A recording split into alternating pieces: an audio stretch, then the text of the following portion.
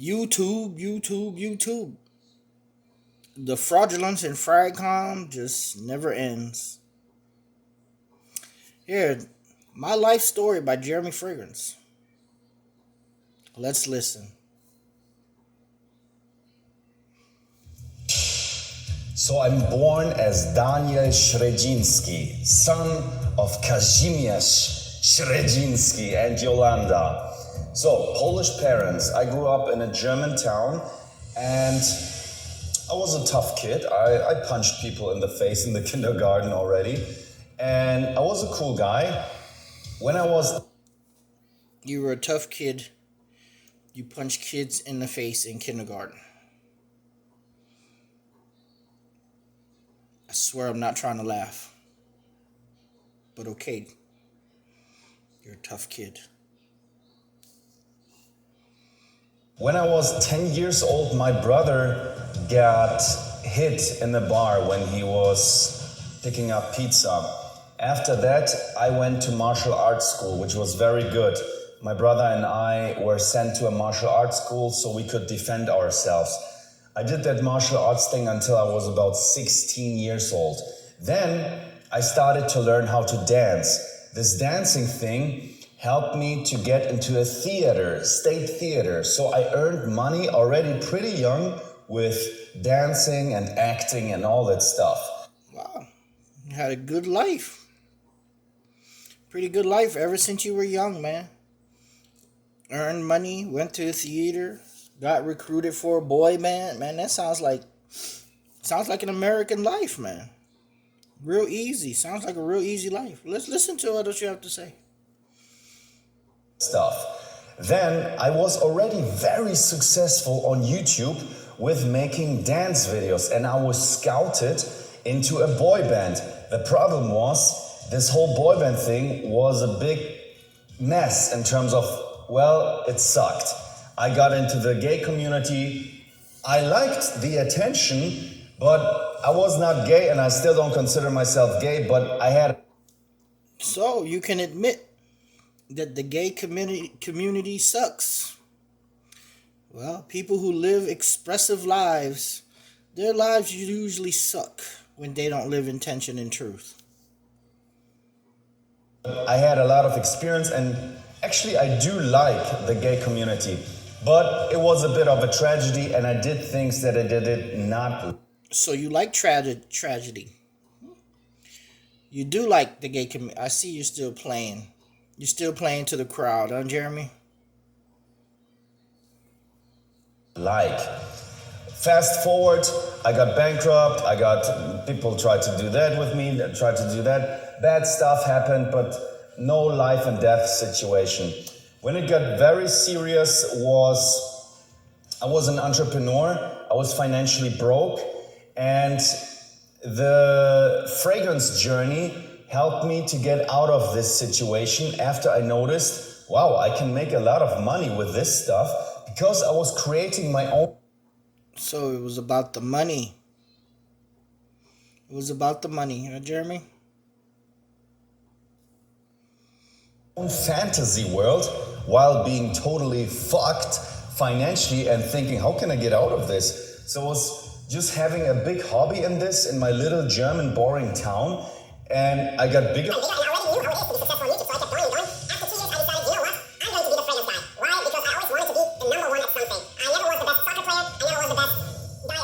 But I was always second best or almost the best. So I said, you know what, kick some ass, baby, I'll be the fragrance guy.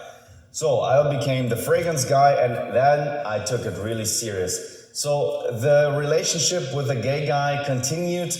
It was a bit fucked up actually. And I also had stuff with girls, and one of the girls, after I did not want to have contact with her anymore, just like many men are a little bit arrogant after they have sex with a woman, you know, she was very much in love with me and... That sounds like you, Jeremy. Sounds like your comments to Sarah Harris, if I can remember correctly. Arrogance. That's you, man. Still you. You're still arrogant in this video. I'll point it out to you, Jeremy. And she says, I love you, I love you, I love you. She says again, I love you, I love you. And I'm like, I'm the cool guy, I don't care, just another girl. And then she writes after 6 months, well, you know what, I will sue you for rape. I said, what the fuck, stupid woman, not going to respond. And then we keep going, and then she actually tried to do that. So I called the police and said, fuck, this woman is crazy, and I had sex with her, but how should I do that now? And she tries to sue, and then they Want y'all to listen to this part coming up. Listen to this part coming up. This is very important. This woman could bring Jeremy back to court with this one. Pay attention. Because this is self-admittance shit. They told me, the police, well, call a lawyer and tell them to them. Then I called the lawyer, and the woman said, oh, one of those kinds, the woman is pissed that you don't want to be with her. Well, I had hard sex with that woman and all that stuff, but I said, you know, this is stupid, weird shit. It's not possible that any woman on earth that a man has sex with can potentially sue you for rape if you are not following her guidelines, meaning playing after a rule. Crazy world. So, and that was a time where on the whole world, this Me Too thing was going on. So it was a very critical time. And actually the woman was raped as a kid, and she was pretty tough past. So the woman was raped as a kid. She told you that, Jeremy? You took advantage of that, huh? Okay. Maybe you didn't. I don't know. But that woman got personal with you. You had sex with her. You got personal with her. Then you just threw her to the side, huh? Is that how that story goes? Or were you filling her head with bullshit, Jeremy? I think you were filling her head with bullshit. I think you misled this woman. That's what you did. Let's listen. So I said, fuck it, I keep going. And then she actually tried to sue me. And you know, I speak about that chapter of my life because it really hurt me and it really changed me as a human being. And I said, no, it's not possible. She's actually doing it. But I gained more strength than ever in my life. And I said, you know what? This woman tries to do that.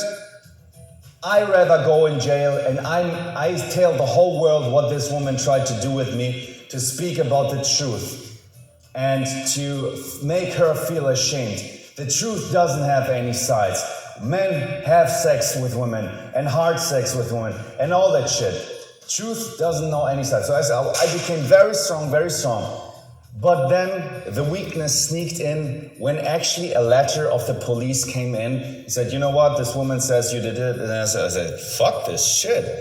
She's actually trying to do it. So I asked now we're getting actually in a bit of a tough spot because this would include... Here's what I want you guys to listen to. Pay very close attention to this part here. A few people that are pretty fucked when I mention their names, but I won't. But there was a person that said, you know what, you have to say this and this. So I said this and this, and the judgment didn't even came. Meaning I lied. Woo! His lawyers told him to say this and this and this. That sounds like some shit from the movies. To lie under oath about certain circumstances. Now, if Jeremy would have told the truth, he would have been in prison. Because everything he's telling us here is a fucking lie.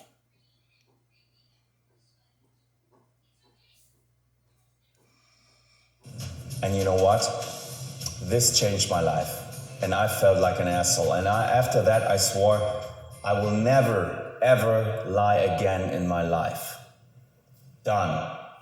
Okay, so that was the rape chapter. He will never, ever lie again in his life. But, didn't he steal from the fragrance runner?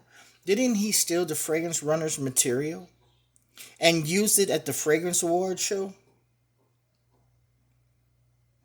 But he will never, ever lie again. Rape chapter. Before that, I had the boy band gay chapter. And before that, I had just average life, nothing special. I mean, yeah, my father beat me actually, and my brother too. My brother is 4 years older, so my father beat my brother more than me.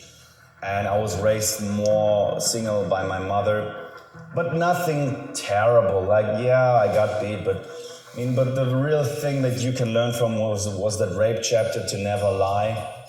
And it's tough. It's going to be tough in this life. What happened then? Well, I made a lot of money, and I said, if I get out of this thing, I make my own fragrance brand. And you know what? I got out of this rape situation, and I started my fragrance brand. I became wealthy from my standards, and I say, you pieces of shit. This is my journey. I'm unstoppable. I got out of this. Nothing can kick me in the ass anymore. I was very successful. I received awards and attention and all that stuff. I was invited to different societies, and He won different awards from different societies, and because he stole from the fragrance runner. This dude here is a big selfish ass motherfucker. He's a scam artist, possibly a rapist. Something in my mind, 99% is telling me that this motherfucker raped that woman. Took it a little too far from what the woman really wanted. She said no, and he didn't stop. There's something's telling me that.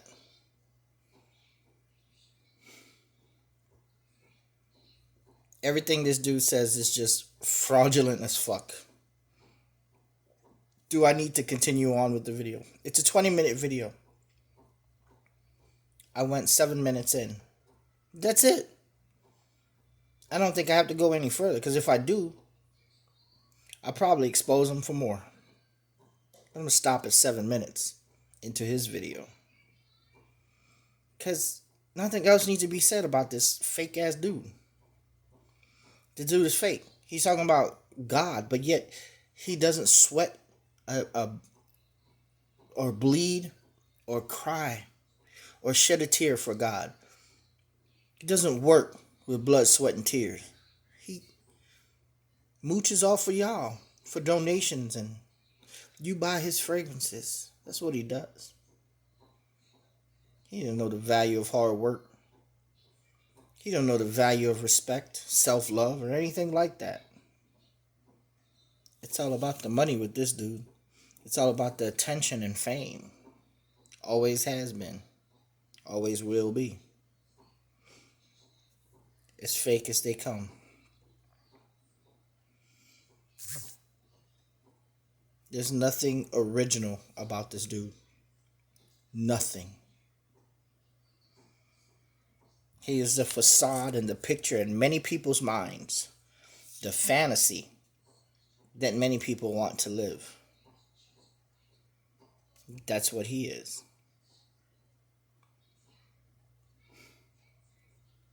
Sad, sad, sad story right here. Very sad. And no matter how many videos he makes to try to correct himself or explain his life, it's a big sham. You know, the sham wow guy? This is the sham wow guy of the fragrance community. Sham and shame. This is the leader for Fragcom.